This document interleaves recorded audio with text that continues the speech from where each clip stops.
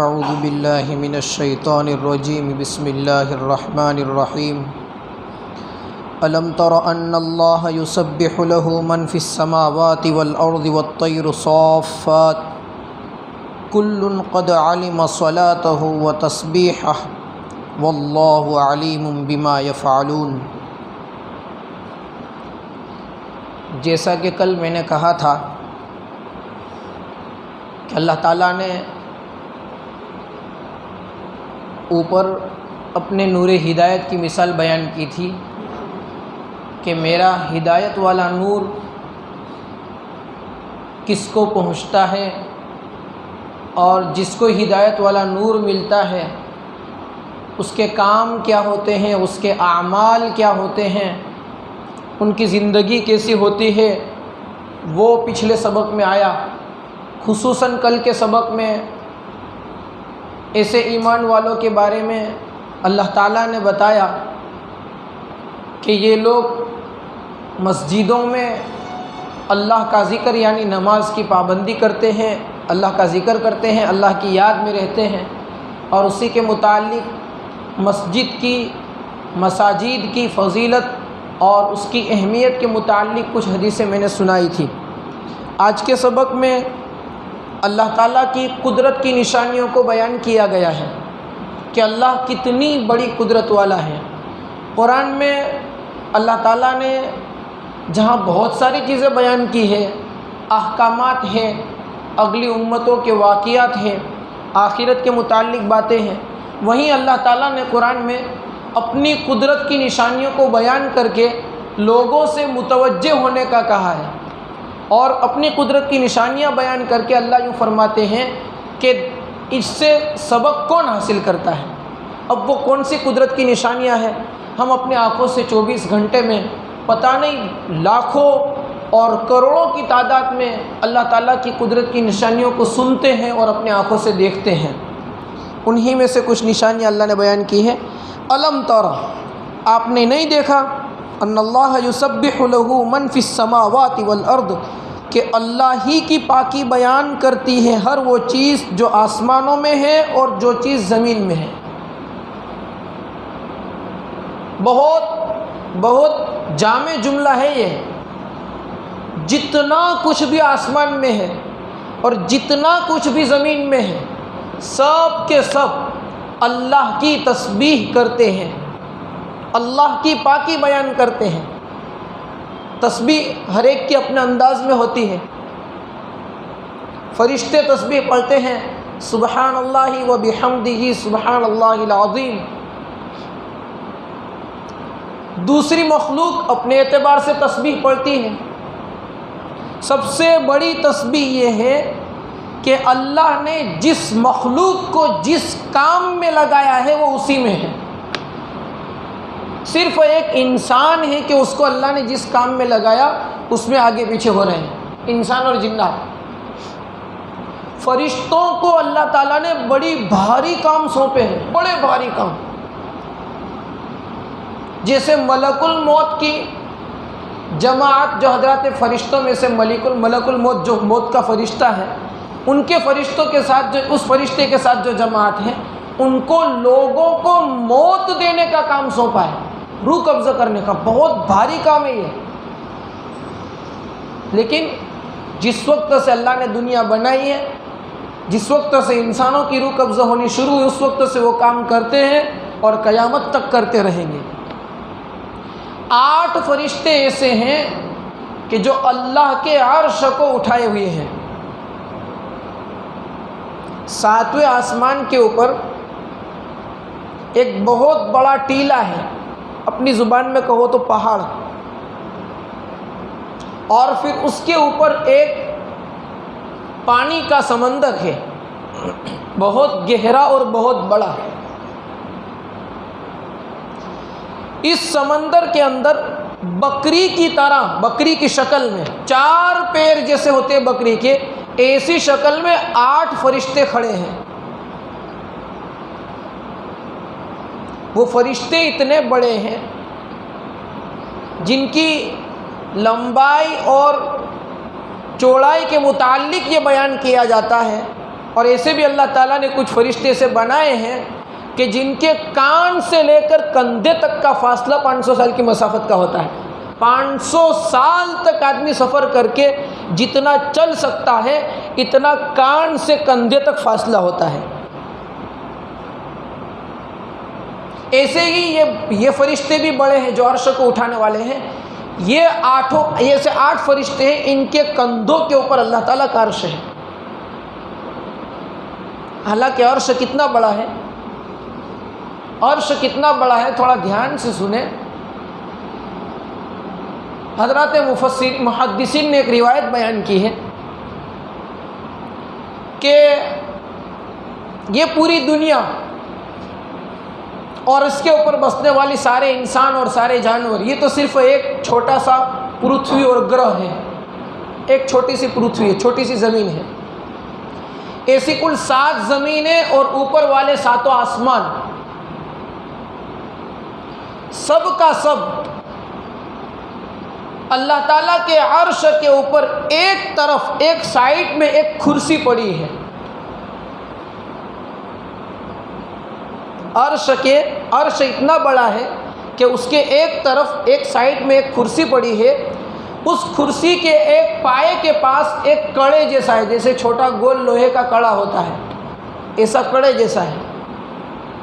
فرماتے اللہ کے رسول، یہ چھوٹا سا کڑا جو کرسی کے ایک طرف ہے، یوں سمجھے کہ وہ 7 زمین اور 7 آسمان ہے، اور اس کے بیچ میں رہنے والا پورا خلا، وہ سب کرسی کے ایک کڑے کے مطابق ہے۔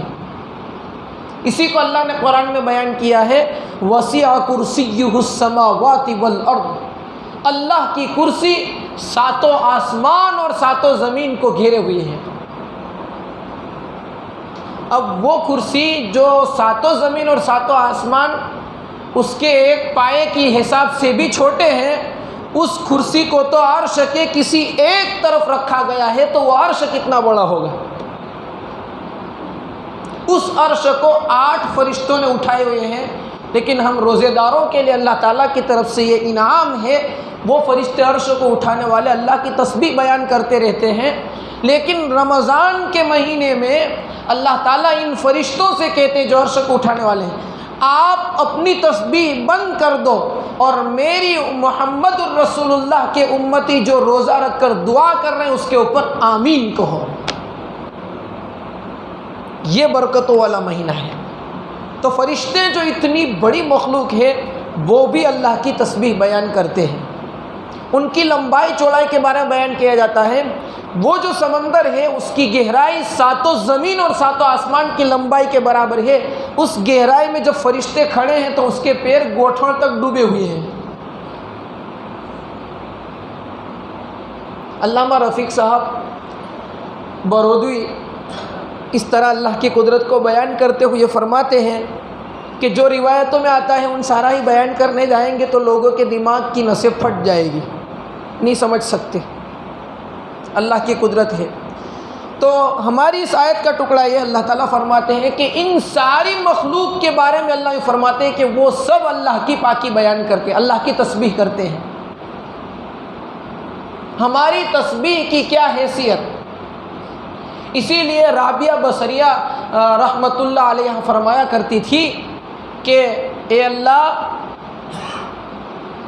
تیری تو مخلوق بے شمار ہے، سب تیری عبادت کرنے والے ہیں، آسمانوں پر بھی ہے، زمین پر بھی ہے، زمین کے نیچے بھی ہے، لیکن میرا تو تیرے سوا کون ہے؟ میرا تو تیرے سوا کوئی نہیں ہے، مجھ بوڑھی کو کون پوچھنے والا؟ ایسا کہا کرتی تھی۔ اور اسی لیے قبر کے اندر جب اس کو اتارا گیا اور حضرات ملائکہ سوال کرنے، بہت بڑی اللہ کی ولی تھی، بہت بڑی اللہ کی ولی تھی، جب ان سے فرشتے سوال کرنے کے لیے قبر میں آئے تو رابعہ بصریہ نے کہا تم کہاں سے آئے؟ فرشتوں سے پوچھا تم کہاں سے آئے؟ فرشتوں نے کہا 7ویں آسمان پر سے۔ رابعہ نے کہا کہ جب تم 7ویں آسمان پر سے یہاں زمین کے اندر آئے میرے پاس اور تم یہاں آ کر اپنے رب کو نہیں بھولے تو میرا تو میرے اس پروردگار کے علاوہ ہے کون کہ میں اس کو بھول جاؤں؟ جب سوال کیا تھا تمہارا رب کون ہے، تو رابعہ نے جواب دیا تھا 2 گز زمین میں اتر کر اپنے رب کو بھول جاؤں گی؟ یہ تو اللہ تعالیٰ کی تو ہر مخلوق اللہ کی تسبیح بیان کرتی ہے.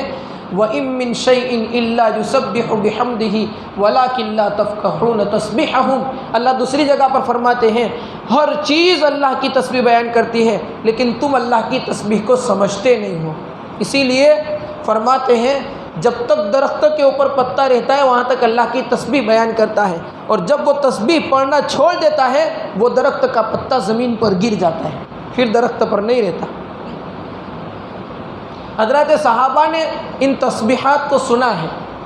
ایک مرتبہ اللہ کے نبی صلی اللہ علیہ وسلم کے پاس ایک کنکری نے تسبیح پڑھی تھی. وہ ابو جہل نے اپنے ہاتھ میں کنکری چھپا کر کے لایا، مٹھی بند کر کے، پریشانی کرتا تھا ہر وقت اللہ کے رسول کو، تو مٹھی بند کر کے لایا اور کہا محمد اگر تو نبی ہے تو بتا دے میری مٹھی میں کیا ہے. اللہ کے رسول صلی اللہ علیہ وسلم نے عجیب جواب دیا. آپ نے فرمایا تیری مٹھی میں کیا ہے وہ میں بتاؤں تو تو مجھے نبی مانے، اس سے اچھا ہے کہ اس مٹھی کو ہی تیرے کان کی طرف کر، وہی بتا دے گی کہ میں کون ہوں. جب ابو جہل نے اس مٹھی کو اپنے کان کے پاس کیا تو اس مٹھی میں سے آواز آئی اشہد ان لا الہ الا اللہ واشہد ان محمد رسول اللہ صلی اللہ علیہ وسلم.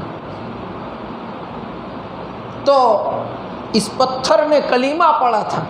اور اس کے علاوہ دوسری کنکری کے بارے میں آتا ہے حضرات صحابہ نے سنی کہ وہ تسبیح پڑھ رہی تھی.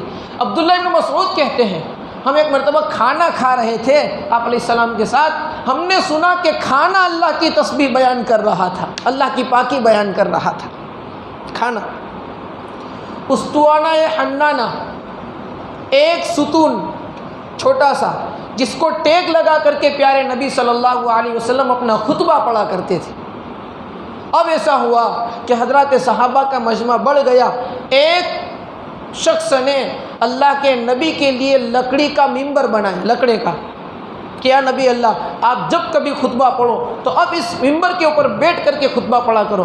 جب آپ علیہ الصلاۃ والسلام نے ممبر پر کھڑے رہ کر خطبہ دینا شروع کیا، اس ستون سے، استوانہ حنانہ جس کو کہا جاتا ہے، اس ستون سے جس کو ٹیک لگا کر کے آپ علیہ السلام روزانہ خطبہ دیتے تھے، وہ ستون رونے لگا.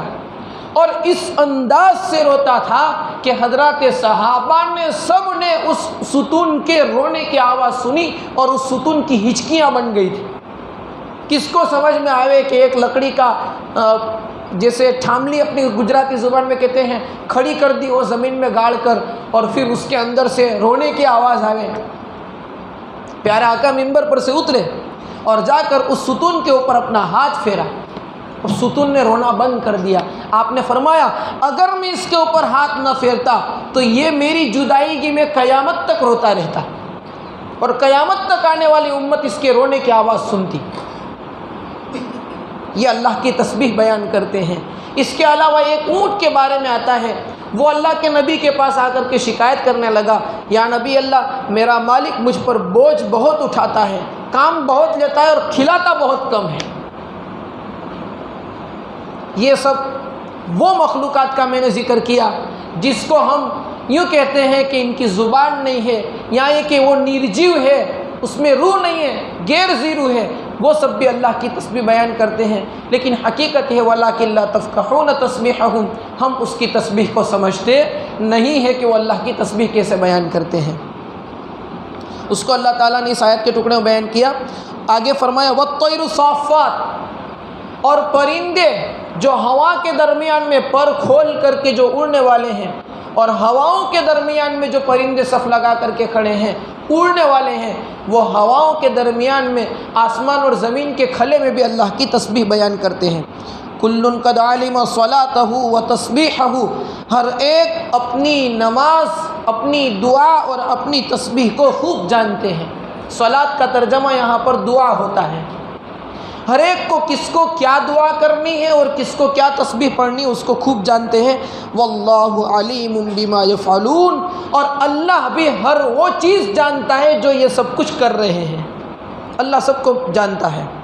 وَلِلَّهِ مُلْكُ السَّمَاوَاتِ وَالْأَرْضِ، اور اللہ ہی کے قبضے میں ہے آسمانوں اور زمین کی بادشاہت۔ ارے اللہ وہ ذات ہے جس کے قبضے میں آسمانوں اور زمین کی بادشاہت ہے۔ یہ جملہ یاد رکھے، دنیا میں بسنے والا اگر کوئی وقتی طور پر بادشاہ بن گیا اور بادشاہ بننے کے بعد یہ سمجھے کہ میں کسی کے اوپر ظلم کر لوں، کسی کا نقصان کر دوں، تو وہ اس کے بس کی بات نہیں ہے۔ خود اللہ نے قرآن میں بیان کیا ہے، تؤتی الملک من تشاء وتنزع الملک ممن تشاء، اللہ جس کو چاہتا ہے بادشاہت دیتا ہے اور جس سے چاہتا ہے بادشاہت کو چھین لیتا ہے۔ وتعز من تشاء وتذل من تشاء، اللہ جس کو چاہتا ہے عزت دیتا ہے اور جس کو چاہتا ہے اللہ ذلیل کر دیتا ہے۔ اس کو یہاں پر بیان کیا ہے، اللہ ہی کے قبضے میں ہے آسمانوں اور زمین کی بادشاہت۔ وَإِلَى اللَّهِ الْمَصِيرُ، اور ہر چیز کو اسی کی طرف لوٹ کر جانا ہے۔ 50 سال زندہ رہے، 500 سال زندہ رہے کہ 5000 سال زندہ رہے، یا شیطان حضرت آدم سے لے کر قیامت تک زندہ رہے، لیکن قیامت کے دن تو آخر میں اس کو لوٹ کر اللہ ہی کے پاس جانا ہے، وہاں سے کوئی نہیں بچ سکتا۔ الم تر ان اللہ یسجی سحابا ثم یؤلف بینہ، اب اللہ تعالیٰ اپنی ایک عجیب قدرت بیان کرتے ہیں۔ ارے سائنس نے بہت ترقی کی، بہت ترقی کی، اتنی ترقی کی کہ آسمان کے خلے کے اندر بسنے والے جو گرہ ہیں، منگل ہے، اب تو وہ چاند پر جانے تک کا دعویٰ کرتے ہیں، وہاں قریب تک پہنچنے کا دعویٰ کرتے ہیں، جو کچھ بھی ہے سب کچھ کر لیا، لیکن آج تک سائنس نے اتنی ترقی کی، انسان آ رہا ہے تو دروازہ خود بخود کھل رہا ہے، انسان چلا جاتا ہے دروازہ بند ہو جاتا ہے۔ پانی کا نل ہے، ہاتھ رکھا تو پانی آیا، ہاتھ اٹھا لیا پانی بند ہو گیا۔ اتنی ترقی کر لی کہ آنکھ دیکھ کر کے دروازے کھل جاتے ہیں، وہ لوگ کے اندر سسٹم کہ بھائی اس کی آنکھ دیکھ کر کھلنا ہے تو کھلنا ہے، اس کی آنکھ دیکھ کر نہیں کھلے گا تو نہیں کھلے گا۔ یہاں تک تو پہنچ گئے، لیکن آج تک ایسا سسٹم ٹیکنالوجی بھی نہیں بنا سکی کہ کسی علاقے میں بارش نہ ہوئی ہو تو وہ بارش برسا دے، یہ نہیں بنا سکی۔ حالانکہ یہ کام بھی بہت آسان ہے، اللہ اس کو بیان کرتے یہ سب میں کرتا ہوں۔ دیکھو بیان کرتے اللہ تعالیٰ، الم تر ان اللہ یسجی سحابا، کیا آپ نے نہیں دیکھا کہ بے شک اللہ تعالیٰ بادلوں کو چلاتے ہیں، ثم یؤلف بینہ، پھر بادلوں کو آپس میں ملا دیتے ہیں، ثم یجعلہ رکاما، پھر اس کو تہ بتہ کر دیتے، ایک کے اوپر ایک جمع ہو جاتے ہیں، فتر الودق یخرج من خلالہ، آپ دیکھو گے بارش اس کے درمیان سے نکل رہی ہے، بارش کے قطرے بادلوں کے درمیان سے نکل رہے ہیں۔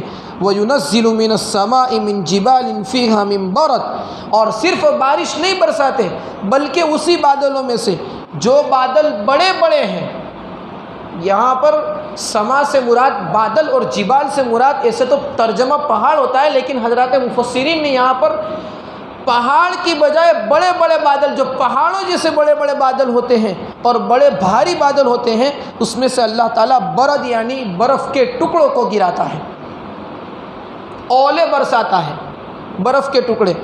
فیصیب بہ من یشاء، وہ برف کے ٹکڑے اللہ جہاں چاہے پہنچاتے ہیں، ویصرفہ عن من یشاء، اور اللہ جس سے چاہتے ہیں پھیر دیتے ہیں، جس کو نقصان پہنچانا اللہ چاہتے ہیں، جس کو تکلیف پہنچانا چاہتے ہیں، یا اللہ تعالیٰ کی کوئی اور حکمت ہوتی ہے، وہاں پر یہ برف کے ٹکڑے اللہ تعالیٰ گرا دیتے ہیں، اور جہاں اللہ نہیں چاہتے وہاں پر ٹکڑے پہنچتے نہیں ہیں۔ یکاد ثنا برقہ یذھب بالابصار، اور اوپر سے اس کی جب بادلوں کے ٹکرانے کے وقت جو بجلی پیدا ہوتی ہے اور بجلی کی جو کڑک پیدا ہوتی ہے، اس کی وجہ سے جو لائٹ نکلتی ہے، ایسا لگتا ہے انسان کو کہ ابھی یہ میری آنکھوں کی روشنی ختم کر دے گی۔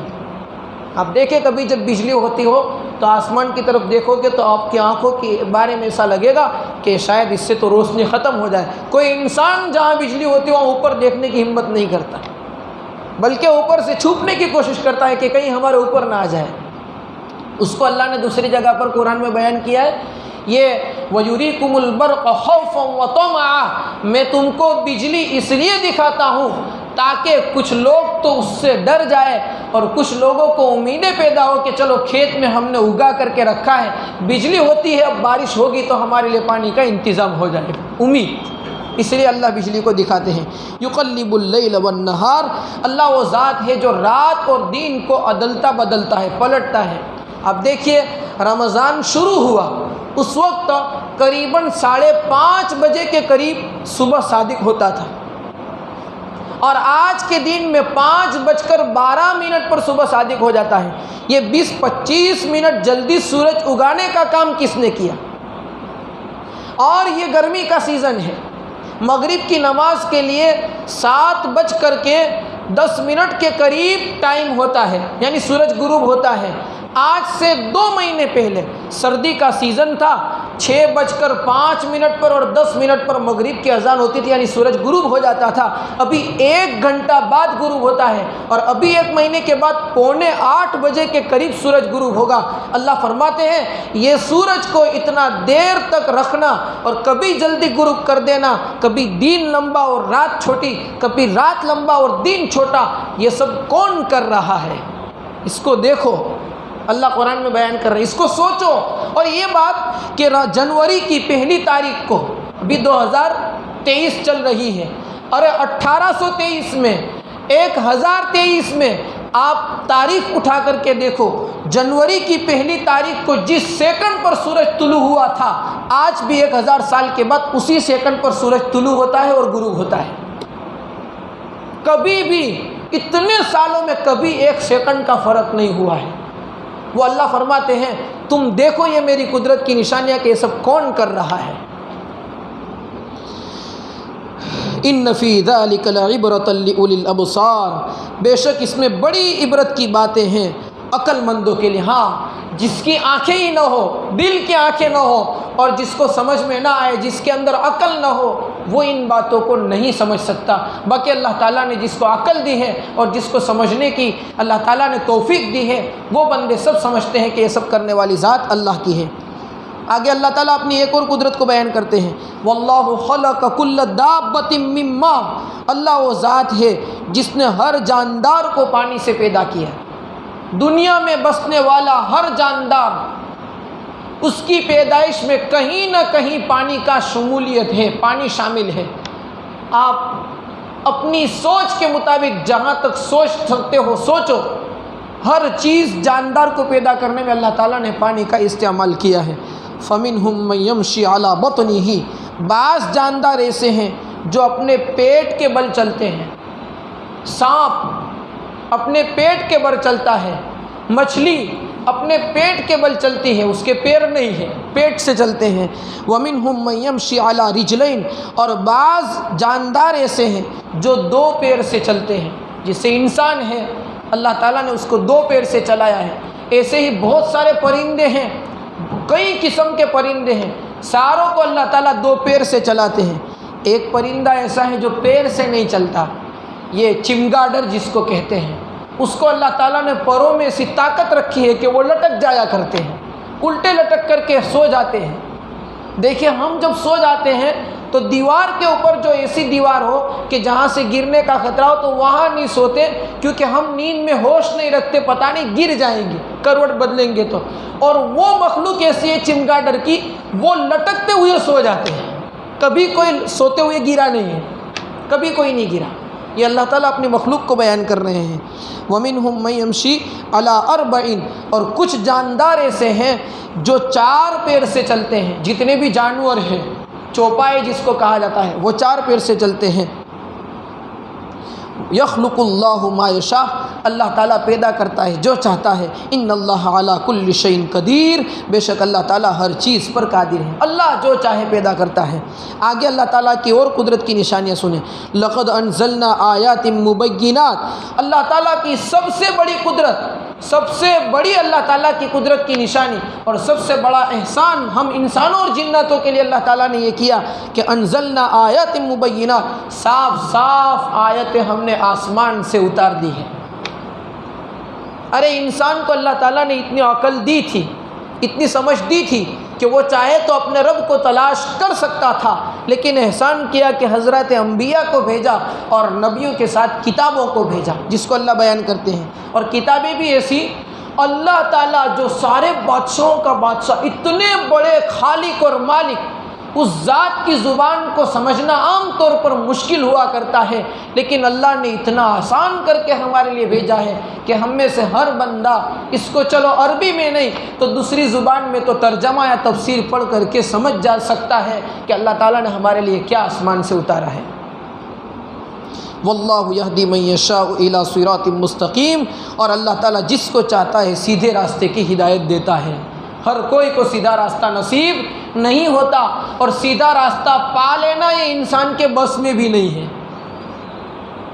ہم کو اگر اللہ تعالیٰ نے توفیق دی کہ ہم مسجد میں نماز پڑھنے کے لیے آتے ہیں، رمضان میں روزہ رکھتے ہیں، تراویح پڑھتے ہیں، تھوڑا بازار کا چکر لگا کر دیکھ لو، بہت سارے ٹوپی والے لوگ آپ کو ایسے ملیں گے جو ابھی اس ٹائم کے اندر چائے کی ہوٹلوں کے اوپر بیٹھے ہوں گے۔ میں ابھی ظہر کی نماز پڑھنے کے لیے آیا، میں نے دیکھا چائے کی ہوٹل پر بیٹھ کر ٹوپی پہن کر کے وہ آدمی چائے پی رہا تھا۔ مجھے ایسا غصہ آیا، وقت زیادہ نہیں تھا، باقی میں ان کو جا کر کے شانتی سے بلا کر کے کہتا، میرا بھائی کم سے کم تجھے پینا ہی ہے چائے تو ٹوپی اتار کر کے تیرے جیب میں رکھ دیتا کہ اسلام بدنام نہ ہو، اور تجھے پینا ہی ہے تو اپنے گھر جا کر کے پیا کر، پتہ نہیں تیری کوئی مجبوری ہو سکتی ہے، تو بیمار ہو، کچھ بھی ہو، لیکن یہ تو اجازت نہیں ہے کہ لوگوں کے سامنے بیٹھ کر کے ہوٹلوں کے اوپر اس طریقے سے اسلام کے فرائض اور اتنا بڑا اسلام کا رکن اس کی اس طریقے سے نیلامی کی جائے، اسلام کو بدنام کیا جائے، یہ تو اسلام اجازت نہیں دیتا۔ جو عورتیں جن کو کچھ ایام میں اسلام کی طرف سے، اللہ تعالیٰ کی طرف سے اجازت ہے روزہ چھوڑنے کی، اس کو بھی یہ کہا گیا کہ وہ چھپا کر کے گھر میں رکھا کرے، بیمار آدمی لوگوں کے سامنے نہ کھائے۔ تو اللہ تعالیٰ جس کو توفیق دیتا ہے اس کو سیدھے راستے کی ہدایت ملتی ہے۔ اس لیے اگر کہیں کبھی ایسا کوئی ملے کہ جو نمازیں نہیں پڑھتا، روزے نہیں رکھتا، دوسری عبادت نہیں کرتا، اور ہم وہ کر رہے ہیں، تو ہم یہ نہ سوچیں کہ اس سے ہم اچھے ہیں، نہیں، بلکہ اللہ کا شکر ادا کرے، اللہ تیرا فضل ہے کہ تو نے مجھے سیدھے راستے کی ہدایت دی تو میں نماز پڑھنے کے لیے جاتا ہوں، تو نے مجھے توفیق دی تو میں روزہ رکھ سکتا ہوں، تو نے مجھے توفیق دی تو میں زبان سے سبحان اللہ پڑھ سکتا ہوں، ورنہ میری کوئی طاقت نہیں ہے کہ میں ایک روزہ رکھ سکتا ہوں۔ ہم سوچ سکتے تھے شعبان کے مہینے میں کہ کیا گرمی کے دن میں پورا دن بھوکے پیاسے رہیں گے، لیکن اللہ تعالیٰ نے کس عافیت والا رمضان کا مہینہ نکالا۔ کل پرسوں تک تو بالکل ایسا لگتا تھا جیسے سیاڑا چل رہا ہو، سردی کا سیزن چل رہا ہو، اور آج بھی فجر کے ٹائم میں ٹھنڈی لگتی ہے۔ یہ اللہ نے ایک بہت ٹھنڈی ہوا چلا کر کے رکھی ہے روزے داروں کی عافیت کے لیے۔ تو اللہ یہاں پر بیان کرتے ہیں کہ جس کو چاہتے ہیں سیدھے راستے کی ہدایت ملتی ہے۔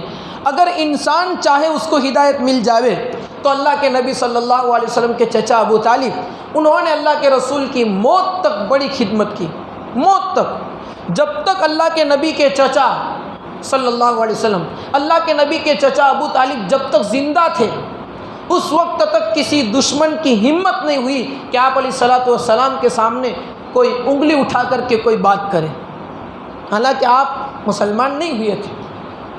جب ابو طالب کا انتقال ہوا، انتقال کے قریب پیارے نبی حضرت ابو طالب کے پاس پہنچے اور جا کر کے کہا، چچا جان میرے کان میں کلمہ پڑھ لو تاکہ قیامت کے دن میں آپ کی سفارش کرا سکوں گا۔ آپ نے زندگی پر مجھ پر بہت احسانات کیے، 12 سال کی عمر سے لے کر 8 سال کی عمر سے لے کر کے 53 سال کی عمر تک، 52 سال کی عمر تک ابو طالب نے آپ کا ساتھ نہیں چھوڑا۔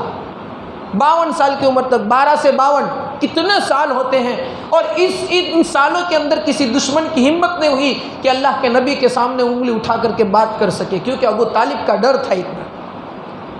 لیکن جب اسے ابو طالب کا انتقال ہونے کو ہوتا ہے، پیارے نبی پہنچتے ہیں، کہتے ہیں چچا جان میرے کان میں کلمہ پڑھ لو، قیامت کے دن سفارش کرا لوں گا، کیا آپ ایمان والے ہیں؟ تو چچا نے چاہا کہ کلمہ پڑھ لے، لیکن پاس میں وہ شیطان ابو جہل کھڑا تھا، اس امت کا فرعون۔ اس نے کہا موت کے ٹائم پر بھتیجے کی بات کو مان کر کے اپنے باپ دادا کے دین کو چھوڑ دے گا، اس طرح تانا مارا۔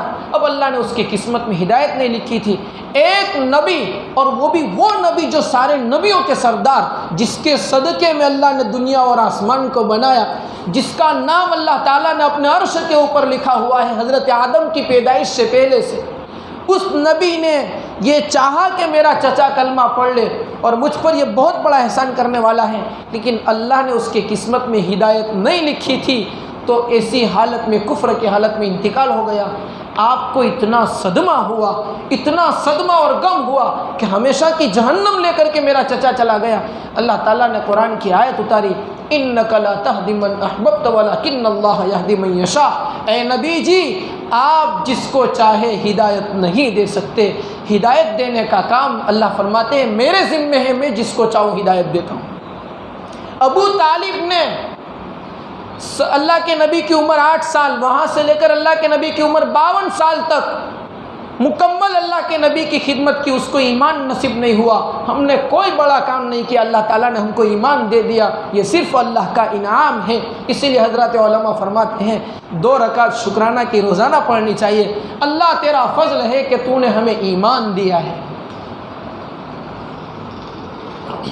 وَيَقُولُونَ آمَنَّا بِاللَّهِ وَبِالرَّسُولِ وَأَطَعْنَا ثُمَّ يَتَوَلَّىٰ فَرِيقٌ مِّنْهُم مِّن بَعْدِ ذَٰلِكَ وَمَا أُولَٰئِكَ بِالْمُؤْمِنِينَ۔ کچھ لوگ ایسے ہیں جو اپنی زبان سے یہ کہتے ہیں کہ ہم اللہ اور اس کے رسول پر ایمان لے آئے اور ہم نے اللہ اور اس کے رسول کی بات کو مان لیا، پھر ان میں سے ایک جماعت اس کے بعد روح گردانی کرتی ہے، پیٹ پھیرتی ہے، حقیقت میں وہ مومن نہیں ہے۔ یہ امام طبری نے ایک واقعہ بیان کیا ہے، فرماتے ہیں اللہ کے نبی صلی اللہ علیہ وسلم کے زمانے میں ایک یہودی اور ایک منافق وہ اس کو کہتے ہیں جو زبان سے تو یہ کہتا ہو کہ میں مسلمان ہوں لیکن دل میں ایمان نہ ہو۔ ان دونوں کے درمیان لڑائی ہو گئی کسی چیز کے بارے میں۔ وہ یہودی کہتا ہے چلو اللہ کے نبی کے پاس جائے، وہاں پر جا کر کے فیصلہ کرا لیں۔ یہودی کو پتا تھا، یہودی اسلام کے سب سے بڑے دشمن، آج بھی اس کی دشمنی کا حق ادا کر رہے ہیں۔ مسجد اقصی میں دوران نماز بموں کو اور گولیوں کو برسایا جا رہا ہے۔ اللہ تعالیٰ وہاں کے مسلمانوں کی ہمت اور حوصلوں کو اور بڑھاوے، ان کے ہمت اور حوصلوں کو سلام ہے کہ وہ لوگ گولیوں کے سامنے کھڑے رہ کر کے نماز پڑھتے ہیں۔ ہمارے یہاں تو پتھر اڑتے ہیں تو علاقے چھوڑ دیتے ہیں۔ ان لوگوں کو ایمان، اللہ تعالیٰ اس کے ایمان میں سے کچھ قطرہ ہمیں نصیب کر دے۔ کیا ایمان ہے ان کے واقعات میں پورا سال خصوصاً جمعہ کے بیانات میں لوگوں سے بتاتا رہتا ہوں۔ ایک ماں نے مٹھائیوں کا تھال بھر کر، حلوہ اور پیڑے کا تھال بھر کر لوگوں کے درمیان تقسیم کرنا شروع کیا۔ لوگوں نے پوچھا امی جان آپ یہ مٹھائیاں کیوں تقسیم کرتے ہو؟ اس ماں نے کہا کل پرسوں میرا ایک 18-20 سال کا نوجوان لڑکا مسجد اقصی کی حفاظت کر رہا تھا، اسی دوران یہودی ظالم کی طرف سے گولی آئی اور وہ اللہ کو پیارا ہو گیا۔ میں اس خوشی میں مٹھائیاں تقسیم کر رہی ہوں کہ قیامت کے دن مجھے پکارا جائے گا کہ مسجد اقصی کی حفاظت کرنے والے شہید بیٹے کی ماں ہوں۔ ہمارے یہاں کوئی نوجوان بچہ جب مر جاتا ہے تو ماں کو 1 مہینے تک ہوش نہیں آتا، اور یہ ماں دوسرے دن مٹھائیاں تقسیم کر رہی ہے اور آنکھوں میں سے آنسو جاری ہے خوشی کے موقع پر کہ میرا بیٹا مسجد اقصی کی حفاظت میں مرا ہے۔ یہ ان لوگوں کی ایمان ہے۔ تو وہ یہودی اس وقت بھی ظالم، آج بھی ظالم، لیکن اس یہودی نے یہ کہا کہ فیصلہ تو محمد الرسول اللہ کے پاس جا کر کرنا ہے، چونکہ اس کو پتا تھا میرا حق نکلتا ہے، اور بھلے ہم اسلام کے دشمن ہیں لیکن محمد دشمن کے ساتھ بھی انصاف سے کام لیتا ہے۔ وہ گئے دونوں اور جا رہے تھے، اور یہودی نے تو منافق نے کہا مجھے اللہ کے نبی کے پاس نہیں جانا ہے، چلو تمہارے سردار کعب بن اشرف کے پاس جائے، اللہ کے نبی کے پاس نہیں جانا ہے، ان کا فیصلہ نہیں ماننا ہے۔ وہ منافق یہ کہہ رہا ہے، یہودی کہہ رہا ہے اللہ کے نبی کے پاس، منافق کہہ رہا ہے نہیں جا رہا ہے۔ اللہ نے آیت اتاری تم میں سے کچھ لوگ اپنی زبان سے کہتے ہو اور اللہ اور اس کے رسول پر ایمان لایا اور ہم نے مان لی، اور فیصلے کی بات آتی ہے تو اس کو اللہ کے نبی کا فیصلہ منظور نہیں ہے۔ تو سن لو، جس کو نبی کا فیصلہ منظور نہیں ہے وہ ایمان والا بھی نہیں ہے، اس کا ایمان نہیں ہے، وہ مومن نہیں ہے۔ اسی بارے میں حضرت تھانوی رحمۃ اللہ علیہ نے ایک عقیدہ لکھا ہے سورہ اعراف کی تفسیر کے اندر، جس بندے نے دل سے نبی کو جھٹلایا وہ تو کافر ہے۔ وہ تو ہم بھی کہتے ہیں کہ جس نے دل سے کہا کہ اللہ کے نبی جھوٹے ہیں تو وہ کافر ہیں۔ ایسے ہی کسی بندے نے زبان سے کوئی ایسا کام، کوئی ایسا جملہ کہہ دیا یا اپنے کام سے کوئی ایسا برتاؤ کیا جس سے اللہ کے نبی کی دشمنی ظاہر ہوتی ہو یا اللہ کے نبی کی مخالفت ظاہر ہوتی ہو، وہ بندہ بھی ایمان سے نکل جائے گا۔ ایک ہے کہ سنت پر عمل نہ کرنا، سنت پر کسی بندے نے عمل نہیں کیا پیارے نبی کے طریقے پر، تو اس کو سنت چھوڑنے کا گناہ ہوگا، سنت پر عمل کرنے کا ثواب نہیں ملے گا۔ اور ایک ہے کسی سنت کو ہلکا سمجھ کر کے مذاق اڑانا، کسی بھی سنت کو ہلکا سمجھ کر کے مذاق اڑانے والا بندہ، حضرت تھانوی نے لکھا ہے، وہ ایمان سے نکل جاتا ہے، کافر ہو جاتا ہے۔ اشرف علی تھانوی رحمۃ اللہ علیہ نے عقیدہ لکھا ہے، کسی نے کسی پیارے نبی صلی اللہ علیہ وسلم کی ایک سنت کو ہلکا سمجھ کر کے چھوڑ دیا، بھلے وہ چھوٹی سی سنت ہو، تو وہ بندہ ایمان سے نکل جائے گا، مذاق کر لیا تو، کیونکہ دین کی کسی بھی بات کا مذاق کرنا آدمی ایمان سے نکل جاتا ہے۔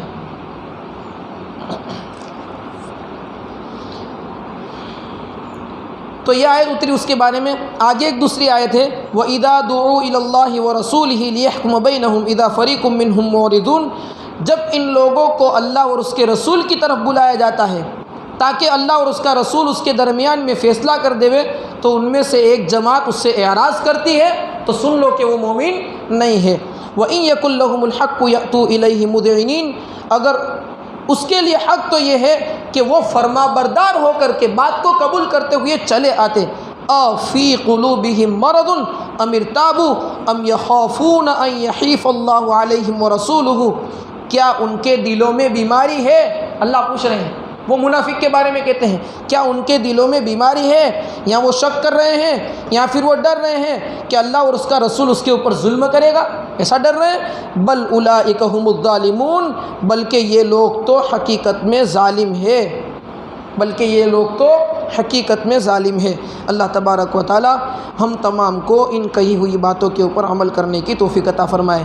بات یہاں پر پوری ہوتی ہے، آگے ایک آیت باقی رہ گئی ہے کہ یہ حال تو منافق کا ہے کہ جب اس کو اللہ اور اس کے رسول کی طرف بلایا جاتا ہے تو وہ یوں کہتے ہیں کہ ہمیں اللہ کے رسول کا فیصلہ منظور نہیں ہے، حقیقت میں وہ مومن نہیں ہے۔ اب مومن کون ہے، ایمان والے کون ہیں؟ انما کان قول المؤمنین، مومن کی بات تو یہ ہوتی ہے اذا دعوا الی اللہ ورسولہ لیحکم بینہم، کہ جب اس کو اللہ اور اس کے رسول کی طرف بلایا جاتا ہے تاکہ اللہ کا رسول اس کے درمیان میں فیصلہ کرے، ان یقولوا، تو وہ یہ کہتے ہیں سمعنا واطعنا، ہم نے سن لیا اور ہم نے مان لیا، واولئک هم المفلحون، اور یہی لوگ حقیقت میں کامیاب ہونے والے ہیں۔ وَمَن يُطِعِ اللَّهَ وَرَسُولَهُ وَيَخْشَ اللَّهَ وَيَتَّقْهِ فَأُولَٰئِكَ هُمُ الْفَائِزُونَ، اور جو اللہ اور اس کے رسول کی اطاعت کرے اور اللہ تعالیٰ سے ڈرتے رہے اور پرہیزگار بنے رہے، یہی لوگ کامیاب ہونے والے ہیں۔ ایک آخری واقعہ اس آیت کے اوپر میں بیان کر دوں۔ حضرت عمر بن خطاب، امام قرطبی نے بیان کیا ہے، عمر بن خطاب رضی اللہ تعالیٰ عنہ کے پاس ایک رومی دہقان آیا اور آ کر کے حضرت عمر کے پاس کھڑے رہ کر کے اس نے کلمہ پڑھا، اشہد ان لا الہ الا اللہ واشہد ان محمد رسول اللہ صلی اللہ علیہ وسلم۔ جب اس نے کلمہ پڑھا تو حضرت عمر نے پوچھا کیا وجہ ہوئی کلمہ پڑھنے کی، کیوں کلمہ پڑھا؟